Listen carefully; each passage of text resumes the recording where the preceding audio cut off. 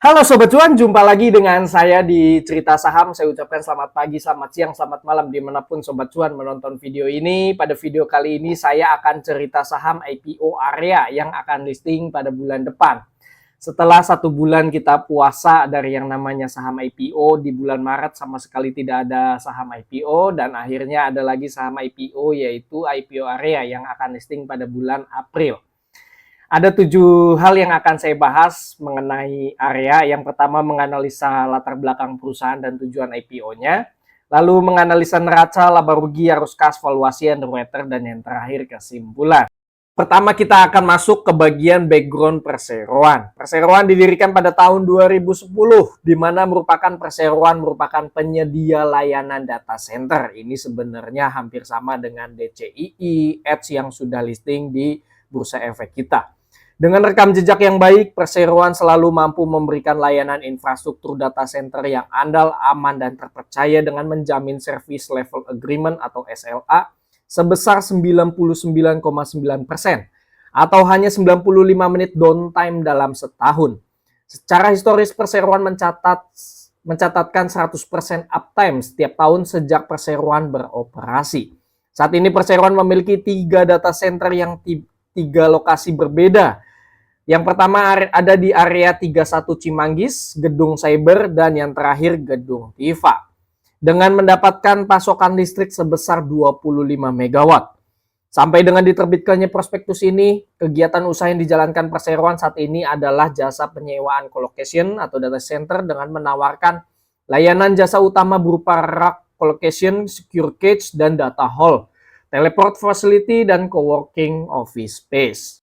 Lalu layanan data center apa yang disediakan oleh perseroan? Yang pertama ada secure cages, di mana untuk secure cage ini khusus untuk para pelanggan yang ingin memiliki area private di area data centernya.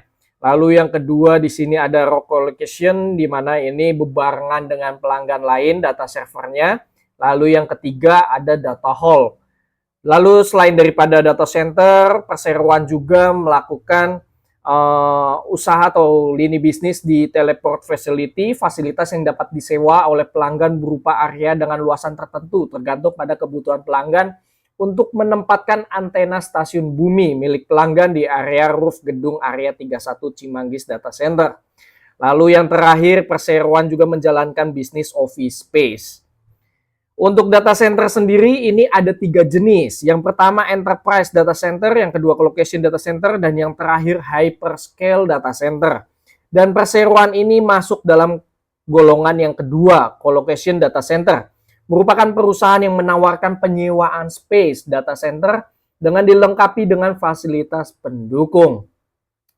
Lalu ini adalah area-area data center yang dimiliki oleh perseroan. Untuk lebih jelasnya lengkapnya perseroan bisa pause lalu bisa baca satu persatu. Yang pertama ada di area Cimanggis, lalu ada di Gedung Cyber, dan yang terakhir di Gedung Tifa.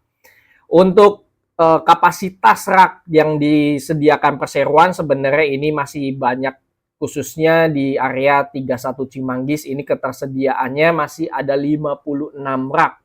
Jadi masih ada sekitar 30% dari kapasitas yang bisa digunakan di area 31 Cimanggis. Dan di area 31 Cimanggis ini baru beroperasi pada tahun 2023, sebelumnya belum ada. Dan ini tentunya menjadi penyumbang atau penyokong dari pendapatan perseroan. Memang dibutuhkan belanja modal yang besar agar bisa menyokong dari pendapatan perseroan, khususnya untuk mendirikan data center.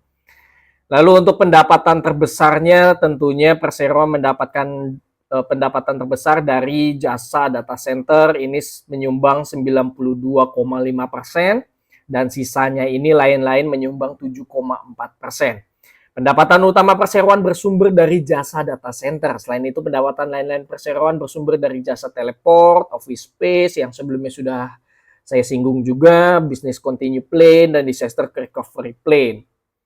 Untuk kompetitornya, Sobat Cuan pasti tahu, dan ini merupakan kedua saham yang fenomenal pada masanya. Yang pertama ada DCII. Dari yang tadinya harga sahamnya sekitar 500-an lalu naik sampai dengan tertingginya itu Rp60.000. Edge juga ini mengalami kenaikan yang cukup tajam. Lalu yang ketiga ini ada Elite, dan belum lama Elite ini juga listing di bursa efek kita. Dan yang terakhir ada Area yang akan listing dalam waktu dekat ini. Berikut ini adalah rekam jejak perseroan. Lalu ini adalah jumlah karyawan perseroan sampai dengan saat ini. Perseroan memiliki 38 karyawan. Selanjutnya saya akan membahas mengenai rencana IPO Area. Jumlah saham ditawarkan ada 510 juta lembar saham atau 5 juta lot. Tidak ada waran, persentase publiknya 20%, harga pemegang saham lama itu punya di harga 75. Lalu publik kita ini membeli di harga 121 sampai dengan 131. Harga arahnya apabila di harga 121 maka arahnya di harga 163 atau naik 34,7%. Lalu apabila di harga 131 maka arahnya di harga 176 atau naik 34,3%. Harga ARB-nya apabila di harga 121 maka RB di harga 79 atau minus 34,7%, dan apabila di harga 131 maka RB di harga 86 atau minus 34,3%. Perolehan dana IPO 61 miliar sampai dengan 67 miliar. Masa buildingnya ini sudah selesai. Masa offeringnya direncanakan pada tanggal 25 Maret sampai dengan 27 Maret. Dan listing direncanakan pada tanggal 1 April. Dan perseroan akan masuk dalam papan pengembangan underwriter-nya Panin Sekuritas. Untuk penggunaan dana hasil IPO yang sebelumnya sudah saya singgung juga bahwa perseroan ini memang membutuhkan belanja modal atau capex yang lumayan besar agar bisa menunjang atau meningkatkan pendapatan perseroan. Maka dari itu perseroan menggunakan 64,1% dana IPO ini digunakan untuk belanja modal atau menyokong menambah kapasitas data center yang ada di area 31 Cimanggis. Lalu sisanya sekitar 35,8% ini akan digunakan untuk modal kerja perseroan, di mana 50,2% akan digunakan untuk modal kerja perawatan peralatan MEP, mechanical, electrical, dan plumbing. Lalu sisanya 49,7% digunakan untuk perawatan gedung. Dan untuk struktur pemegang saham perseroan ini sebenarnya perusahaan-perusahaan keluarga dimiliki oleh PT Dwi Tunggal Putra, di mana sebagian besar ini dimiliki oleh Bapak Sugeng Aliven, dan ini merupakan suami dari Foni, dan Michael ini anaknya. Jadi ini perseroan merupakan perusahaan keluarga. Dan ini adalah susunan struktur pemegang saham perseroan.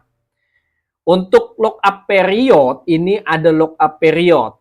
Namun hanya ada satu pemegang saham yang tidak ada lock-up, yaitu Ibu Foni. Namun ini kepemilikannya sangat kecil dan menurut saya ini tidak terlalu berpengaruh signifikan ketika nanti listing. Lalu ini adalah profil dari Dewan Komisaris Perseroan. Jadi Bapak Sugeng dan Ibu Foni ini juga sekaligus menjabat sebagai Dewan Komisaris. Lalu anaknya yaitu Bapak Michael Kurnia ini menjabat sebagai Direktur Utama.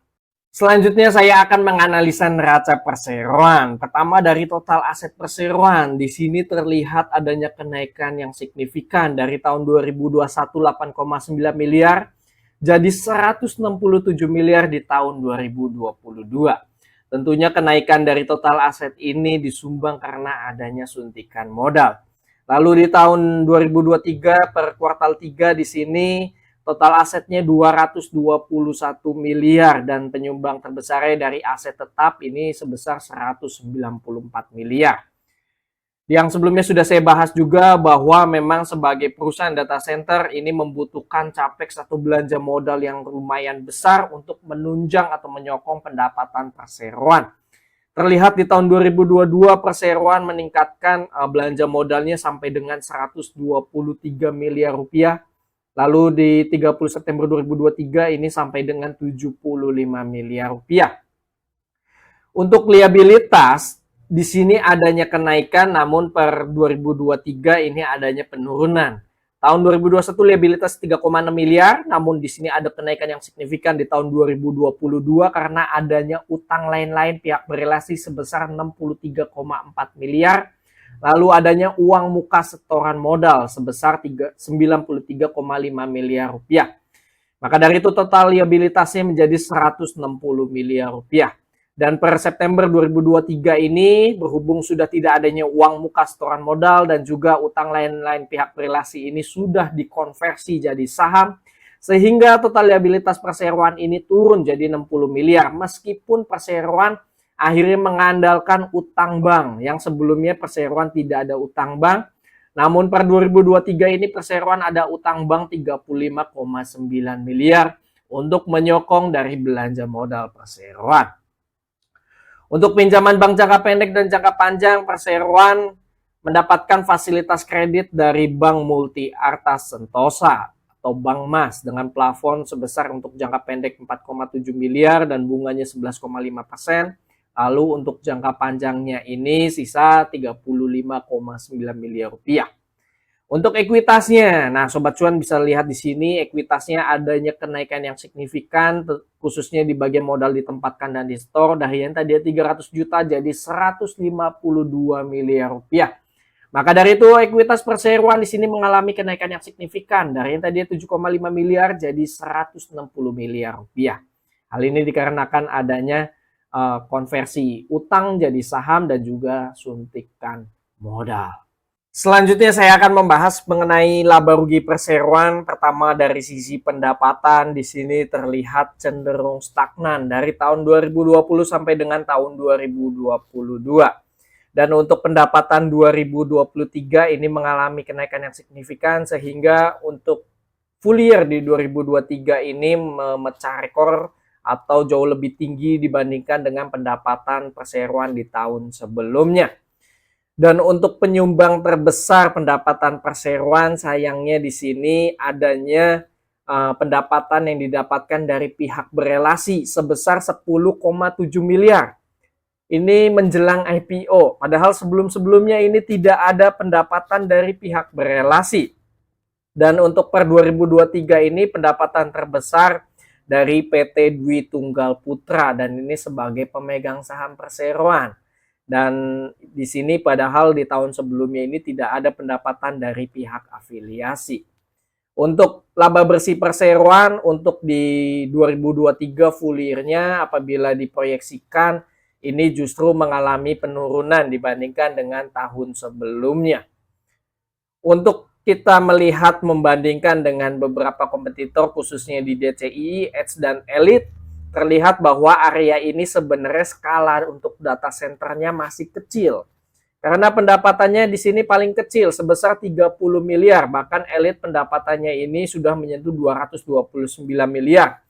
Laba bersihnya ini juga paling kecil sebesar 1,8 miliar. ROE-nya juga ini termasuk kecil 1%, karena kembali lagi di bagian ekuitas adanya suntikan modal juga yang membuat ekuitasnya terlalu besar dibandingkan dengan dengan laba bersih perseroan. Maka dari itu ROE-nya hanya 1%. Untuk dividen, sayangnya perseroan akan membagikan dividen itu dimulai dari tahun buku 2027, sehingga akan memberikan dividen di tahun 2028. Saya tidak memungkinkan untuk membuat bagan estimasi dividen yang dibagikan karena sudah terlalu jauh range dari 2024 ke 2028. Selanjutnya saya akan menganalisa arus kas perseroan. Pertama dari arus kas aktivitas operasi, di mana ini selinear dengan adanya peningkatan pendapatan perseroan sehingga bisa merealisasikan dari modal kerja perseroan, di mana di aktivitas operasi di sini ada surplus 16 miliar, ada uang masuk kas sebesar 16 miliar rupiah. Dari arus kas aktivitas investasi, perseroan melakukan belanja modal yang lumayan besar sebesar 75 miliar rupiah. Dan untuk aktivitas pendanaan berhubung dengan terbatasnya kas, maka dari itu perseroan adanya suntikan modal dari pemegang saham sebesar 58,4 miliar dan juga menerima pinjaman bank sebesar 53 miliar rupiah untuk menyokong dari pembelian aset tetap sebesar 75 miliar rupiah. Maka dari itu adanya penurunan kas dalam kas dan setara kas sebesar 16,7 miliar. Pada awal periode perseroan memiliki kas 18,6 miliar, sehingga kas dan bank pada akhir periode sebesar 1,9 miliar rupiah. Selanjutnya saya akan menganalisa valuasi perseroan. Di sini saya ambil harganya 121 dan 131. Ini laporan keuangannya saya setahunkan 2023. Total saham beredar ada 2,5 miliar lembar saham, pendapatannya 41 miliar rupiah, laba bersihnya 2,4 miliar rupiah, total aset 221 miliar rupiah, total liabilitas 60 miliar, ekuitasnya saya sudah tambahkan dengan perolehan dana IPO. Apabila di harga 121 maka ekuitasnya 222 miliar, apabila di 131 ekuitasnya 227 miliar. Market cap, harga saham dikalikan total saham beredar, market cap di harga 121 sebesar 307 miliar, apabila di 131 332 miliar rupiah. Book value, perbandingan antara ekuitas dengan total saham beredar, book value-nya 87,6, apabila di 131 book value 89,6. PBVR, perbandingan antara harga saham dengan book value-nya, apabila di 121 PBV yang ditawarkan 1,3 kali, apabila di 131 1,4 kali. EPS, perbandingan antara laba bersih dengan total saham beredar, EPS-nya 0,96. Untuk PER-nya di sini terlihat sangat mahal sebesar 126 kali apabila di 121 dan di 131 136 kali. ROE-nya di sini terlihat kecil 1,1% dan NPM perbandingan antara laba bersih dengan pendapatan. Dari pendapatan 41 miliar dapat membukukan laba bersih 2,4 miliar, maka NPM-nya 5,9%. DER, perbandingan antara liabilitas dengan ekuitas. Dari ekuitas 222 miliar, perseroan memiliki liabilitas 60 miliar, maka DER-nya 26%. Selanjutnya saya akan membahas mengenai underwriter. Underwriter-nya ialah PT Panin Sekuritas. Sebenarnya sebelum-sebelumnya juga PT Panin Sekuritas membawakan beberapa saham IPO, namun semenjak adanya IPO ini tidak banyak. Di tahun 2023 saja di sini hanya ada 3 saham, CBPE, MPXL, dan Class. Memang kalau dilihat dari terakhir itu ada MPXL dan Class, ini memberikan arah. Bahkan saat opening dan closingnya itu arah. Semoga saja area yang sama-sama masuk dalam papan pengembangan bisa memberikan hasil yang baik dari IPO yang dibawakan oleh Panin Sekuritas, sama seperti Class dan MPXL. Dan di bawah ini saya juga memberikan bagan atau perbandingan valuasi dari kompetitornya, khususnya di bagian PBV. DCI ini PBV-nya 39 kali, Edge ini 5 kali, dan Elite ini 1,7 kali, dan perseroan area 1,6 kali, dan termasuk paling murah untuk kategori PBV-nya. Dan yang terakhir yaitu kesimpulan. Pertama dari kesimpulan rencana IPO dan juga background dari perseroan. Area secara bisnis masih punya ruang bertumbuh. Hal ini dibuktikan dengan ketersediaan kapasitas data center yang masih tersedia, ditambah penggunaan dana IPO perseroan digunakan untuk belanja modal, khususnya meningkatkan kapasitas data center. Saya rasa perseroan cukup optimis terhadap penambahan customer, sehingga perseroan meningkatkan capex untuk meningkatkan pendapatan perseroan. Area secara penggunaan dana IPO termasuk bagus karena sebagian besar dana IPO digunakan untuk belanja modal dan sisanya untuk modal kerja. Jumlah saham yang ditawarkan untuk publik termasuk wajar, yaitu 5 juta lot, terlebih tidak ada waran sehingga tidak ada kompensasi cuan dari waran yang dapat mengakibatkan penurunan dari saham. Adanya lock-up period sehingga risiko jadi terminimalisir dan area akan masuk dalam papan pengembangan. Untuk rencana IPO dan background emiten saya kasih nilai 8/10. Untuk laporan keuangan area memiliki laporan keuangan neraca yang sehat seiring dengan meningkatnya ekuitas perseroan dikarenakan adanya suntikan modal dan konversi utang. Dan juga perseroan masih mengandalkan utang bank untuk memenuhi kebutuhan belanja modal perseroan. Dengan adanya penerimaan dana segar IPO sampai 67 miliar, setidaknya bisa makin menguatkan posisi neraca perseroan. Untuk laporan laba rugi, area sayangnya cenderung stagnan dari tahun 2020 sampai dengan 2022. Namun ada peningkatan pendapatan di tahun 2023 dan itu pun karena disokong pendapatan dari pihak berelasi menjelang IPO. Dengan adanya rencana IPO dan rencana ekspansi yang dilakukan, diharapkan area dapat meningkatkan lagi pendapatan dan laba yang dihasilkan di periode selanjutnya. Untuk laporan arus kas, operasional area selinear dengan kenaikan pendapatan dan laba perseroan sehingga perseroan mampu memenuhi kebutuhan modal kerjanya. Untuk pendanaan, perseroan masih mengandalkan utang bank dan suntikan modal untuk bisa merealisasikan kebutuhan belanja modal yang dilakukan perseroan. Dengan adanya dana tambahan dari IPO sampai 67 miliar, diharapkan perseroan mampu meningkatkan likuiditasnya, sehingga dapat merealisasikan rencana akan kebutuhan modal kerja dan belanja modalnya. Untuk ringkasan laporan keuangan, saya kasih nilai 8/10. Untuk valuasi yang ditawarkan khususnya PBV ini termasuk murah, kategori saham IPO sebesar 1,3 kali dan PER-nya termasuk mahal, sebesar 126 kali. Dengan ada rencana IPO dan ekspansi yang dilakukan, diharapkan Area dapat meningkatkan lagi ekuitas, pendapatan, dan laba bersihnya, sehingga dapat menurunkan lagi nilai valuasi perseroan. Market cap Area tergolong murah, yaitu 307 miliar, dibandingkan dengan ekuitas perseroan hanya 222 miliar. Untuk ringkasan valuasi, saya kasih nilai 7,5/10. Untuk underwriter-nya ialah PT Pandin Sekuritas dengan kode broker GR sebagai underwriter. Secara historikal, IPO yang dibawakan oleh GR semenjak ada IPO sangat bervariatif saat opening dan closing market di hari pertama. Akan tetapi tidak banyak saham IPO yang dibawakan oleh GR semenjak adanya IPO. Namun ada 2 saham IPO terakhir yang dibawakan oleh GR semuanya ARA saat opening maupun closingnya. Hal inilah yang bisa jadi stimulus positif untuk Area. Apakah IPO yang dibawakan kali ini bisa mempertahankan rekornya untuk selalu naik atau tidak? Untuk ringkasan dan underwriter saya kasih nilai 8/10. Kesimpulan akhir, saya secara pribadi cenderung ikut IPO ini. Untuk lebih jelasnya nanti ikut atau tidak bisa follow Instagram kami, grup WA, dan Stockbit forum chat. Semua link tersedia di kolom deskripsi. Bagaimana nih Sobat Cuan? Mau ikut IPO Area ini atau tidak? Disclaimer on, video yang bersihkan data dan atau informasi yang tersedia hanya sebagai bahan referensi dan edukasi, bukan sebagai ajakan. Keputusan bertransaksi beli, jual, dan skip mengacu pada rekomendasi saham dan isi video ini sepenuhnya merupakan tanggung jawab Sobat Cuan. Terima kasih bagi Sobat Cuan yang sudah menonton video cerita saham IPO Area dari awal sampai dengan akhir. Semoga video yang disampaikan bisa bermanfaat bagi Sobat Cuan dan bisa dijadikan bahan referensi untuk ikut IPO ini atau tidak. Sampai jumpa pada cerita saham selanjutnya. Happy trading, happy investing, happy IPO. See you semua. Bye-bye.